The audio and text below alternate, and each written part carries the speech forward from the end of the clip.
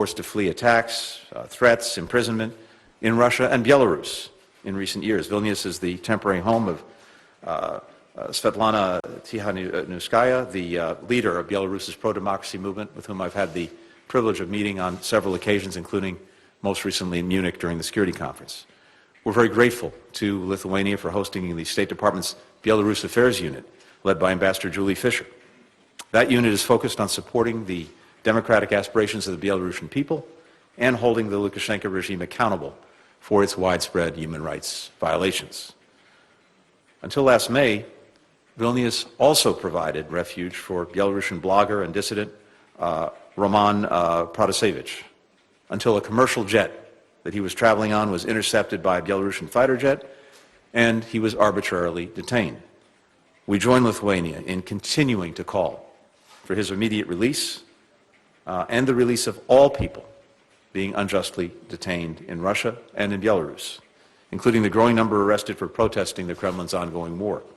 Yesterday alone, the Russian government reportedly detained more than 4,600 people demonstrating against the war in 65 Russian cities and towns. Vilnius recognizes that a threat to the rules-based order anywhere has the potential to weaken it everywhere. This includes the principle that every nation is free to associate with whom it chooses. That's why we respect and support Lithuania's decision to expand commercial ties with Taiwan, another leading democracy. Beijing has responded to Vilnius' decision with economic coercion and political pressure designed to divide the European Union and punishing Lithuania into reversing course. We support the EU's decision to launch a legal challenge against China at the WTO. We have to defend the rules that keep trade fair. Beijing talks a lot about the importance of upholding international order, stability, respecting sovereignty. But from its coercion of Vilnius to its failure thus far to condemn Moscow's flagrant violation of the sovereignty and territorial integrity of Ukraine, today and in 2014, Beijing's actions are speaking much louder than its words. The United States continues to stand by Lithuania and the right of every nation to choose its own path. We're supporting Lithuania as it reorients its supply chains and deepens its economic resilience. In November, we created a $600 million Export-Import Bank credit facility here, and that will help facilitate U.S. exports to Lithuania, but also help Lithuanian businesses in the sectors that have been hardest hit by the PRC's measures, like semiconductors, like biotechnology. Our Undersecretary for Economic Affairs, Jose Fernandez, was just here with colleagues from the Export-Import Bank to support these efforts and deepen our economic cooperation. As Lithuania continues to stand for these principles, it can count on the United States to stand with it. Thank you. Now is the time for questions. Žilvinas Adomaitis from Lithuanian National Television. Žygintas Abramaitis. On behalf of whole Lithuanian media, it's a question for you, Mr. Blinken. President Nausėda warned about World War III if Putin is not stopped, but it looks like the only war could stop him, and not sanctions or political pressure or even deterrence. Putin is now saying that he'll go till the end, and Russia is threatening NATO countries over support of Ukraine. You keep saying that you'll defend every inch of NATO territory. So will you send American troops to the Baltic region permanently, air defense systems?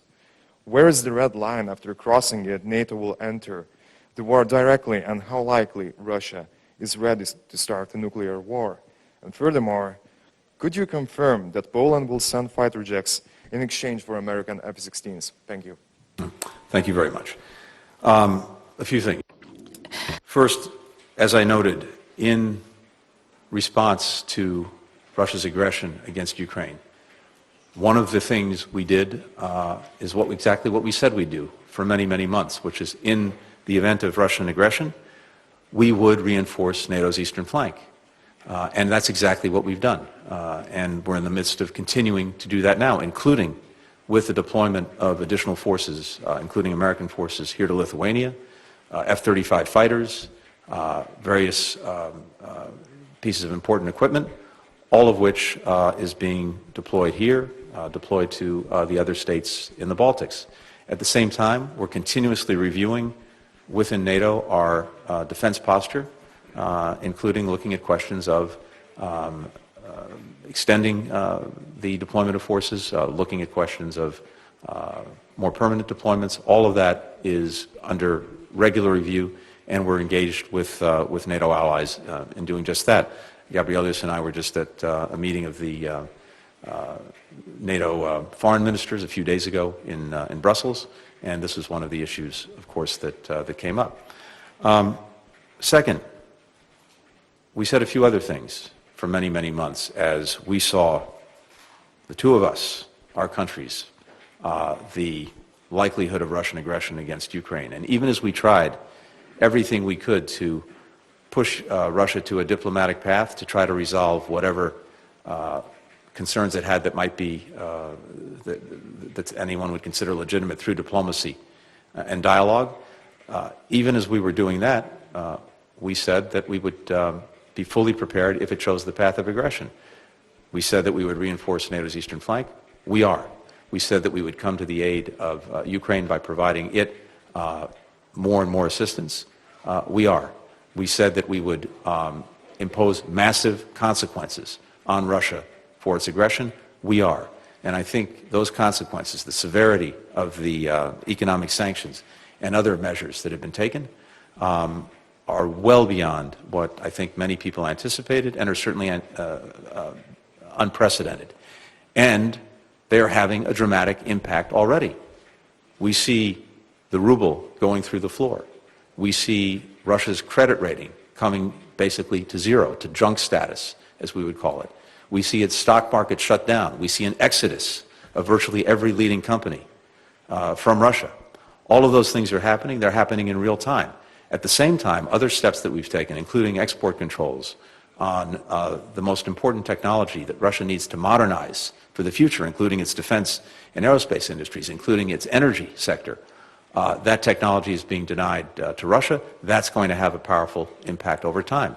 We're also seeing the effect of the assistance that we have been able to provide to Ukraine, and we're continuing to provide to Ukraine, in Ukraine when it comes to the incredible courage they're showing and the effectiveness they're having in standing against Russian aggression. So, all of these things, as we said, are happening. They're having an impact. Having said that, it's also true and clear that Russia has a hugely disproportionate force compared to what Ukraine has. It has the ability to continue to grind down the Ukrainian military and, of course, to take horrific actions against the Ukrainian people, including attacking civilians. We want this to come to a stop as quickly as possible, which is why we will continue to increase pressure on Russia, continue to support Ukraine. But as I said yesterday, even if and as Russia might win a battle in Ukraine, that doesn't mean it's winning the war. If and as Russia might take a city in Ukraine, that doesn't mean that it's taking the hearts and minds of the Ukrainian people. It can't, it won't. And whether it's a week, whether it's a month, whether it's longer, I'm utterly convinced that Ukraine will prevail. Finally, when it comes to NATO, the line is very clear, and I'll repeat it. If there is any aggression anywhere on NATO territory, on NATO countries, we, the United States, all of our allies and partners, will take action to defend every inch of NATO territory. It's as clear and direct as that. Simon Lewis, Reuters, your question, please.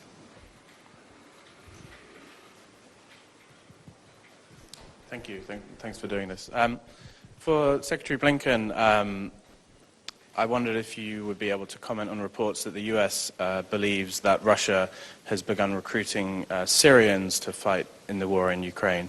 And to the Foreign Minister, even before this invasion of Ukraine and the current tense security situation, Lithuania was already dealing with the threat from another power of economic and diplomatic pressure from China over your stance towards Taiwan. You know, how can you balance those two threats? And what can the United States provide? What are you asking for the United States to provide to help you deal with both of those? Thank you. I'm happy to start. Simon, I've seen the reports that you refer to. I can't confirm them at this time. Well, I think that, and as Secretary Blinken mentioned, both cases are about defending a similar principle. One power is challenging the rules-based order when it comes to the borders of other countries, when it comes to geopolitics, when it comes to the security architecture of, one might say Europe, but I would say that it's a global architecture, because it doesn't matter where the country is. Is it in Indo-Pacific? Is it in Europe? Is it in any other continent? Every country has hopes and wants guarantees that its borders, sovereignty, will not be violated. The other power is trying to bend globally agreed rules of trade, and is trying to use trade as a political instrument, in some cases even as a weapon, to force countries to change the course, no matter that it's legal, no matter that it's a sovereign right of the country to do so. So, not by our design, Lithuania becomes a case of defending both principles, and becomes a country which in some cases leads by example what it means to defend the global rules-based order, be it geopolitical or economic.